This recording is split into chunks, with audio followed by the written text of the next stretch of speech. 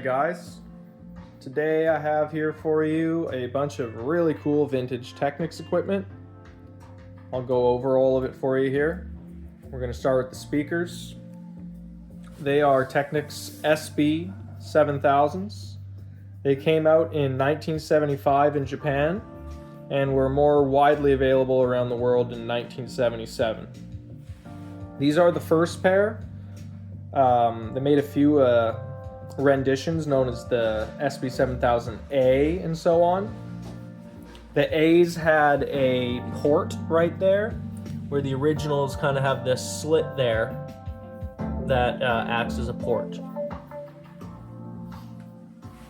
These are obviously, as you can see, a three-way floor stander.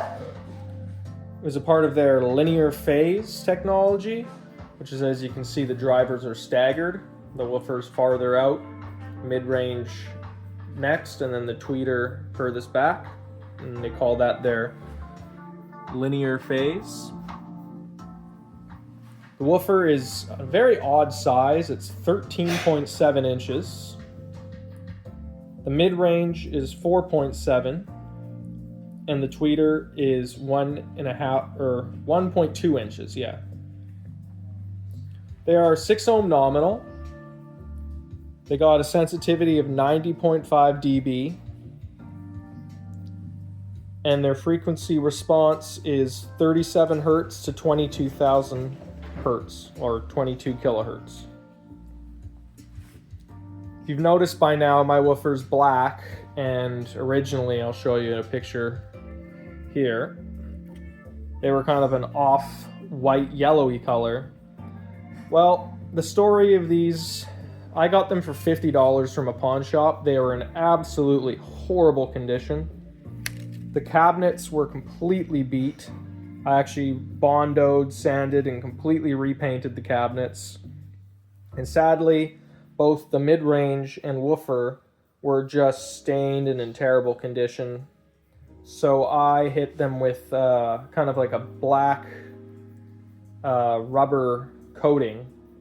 I know that will change the tone a little bit, but the alternative was disgusting, filthy, terrible drivers.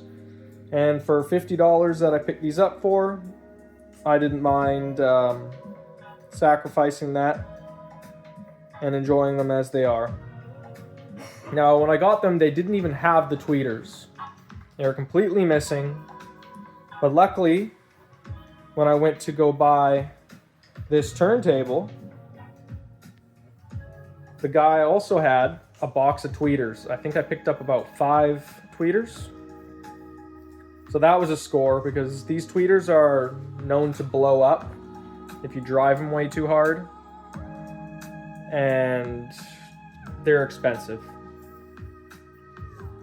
These speakers are rated for about 100 watts. So, you know, if you threw these on a big power amp and you had a big party and you really cranked it too loud, you got some distortion in your system, these tweeters could go.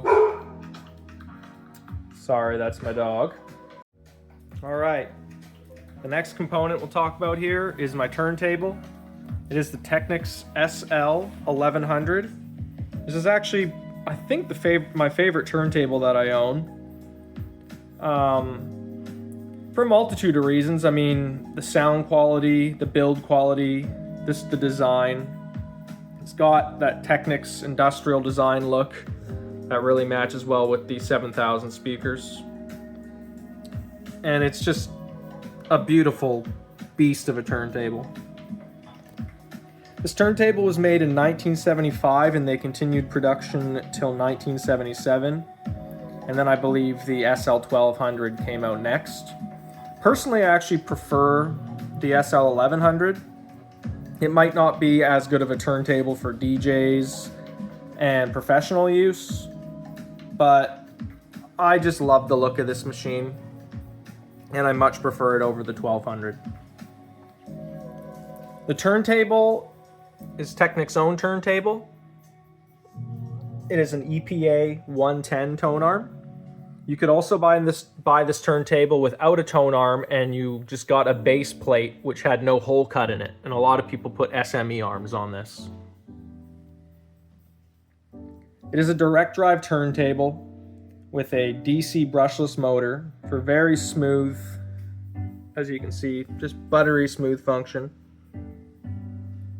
And it weighs 13 kilograms. So it's no slouch, it's got some weight. I do have the top for it here, the dust cover. The 1100 didn't use hinges, so you just lift it up, hence why it's kind of over there right now. I actually have the original manual for this turntable, so that's pretty neat. And yeah, I got the cars spinning on there right now. I was listening to it earlier. I cannot play that due to copyright reasons, but I assure you, it sounds really good. All right, moving on to the next component. We got the Technics TX-50 Master Reference Receiver. This came out a little later. It was, I think, 1996, and they made it till 1999. It's 125 watts per channel, a frequency response of 20 hertz to 20 kilohertz, a distortion of 0.05%, 70 decibel signal to noise ratio, and the ohms can handle a 4 ohm to a 16 ohm load, and it weighs 12 kilograms. I replaced the incandescent bulbs with an LED to match the blue colors of the rest of my Technics stack. This is an AV receiver, but it's a part of their master reference line and has great audio qualities. But because this came out in the era of, you know, movies and home theater, vinyl was kind of dead at that point in 1996 to 1999. And a lot of receivers went without a phono input. So this does not actually have a phono input. Even though it looks like they're, you know, their 70s and their 80s big power amp design with the big meters, it sadly doesn't have a phono input. So in order to run my turntable, I got one of these integrated amps, which this one is just an SUG50. It's nothing too special, but it has a phono preamp, and in the back it has preamp and main amp inputs and outputs. So I was able to use this as a phono preamp and just run it out the pre-out. So all this machine is being used for is a phono preamp, and it does a good job at that. Now above that, I got Technics digital sound processor. It's the SHAC 500D. Now the TX-50, it doesn't have digital inputs and outputs. It's all analog. So they came out with this, which is a matching component that you basically run your digital inputs, so toslink and whatnot, to the processor, and then run that to the amplifier. And that has a separate remote there. Alright, and the last component I have here on the stack is the SH8046 stereographic equalizer. I like this unit because the blue lights match everything, but most of all, it's got this really cool touchpad that you set the frequency response for all the bands. Really cool technology for the time. That was probably really high tech when this came out.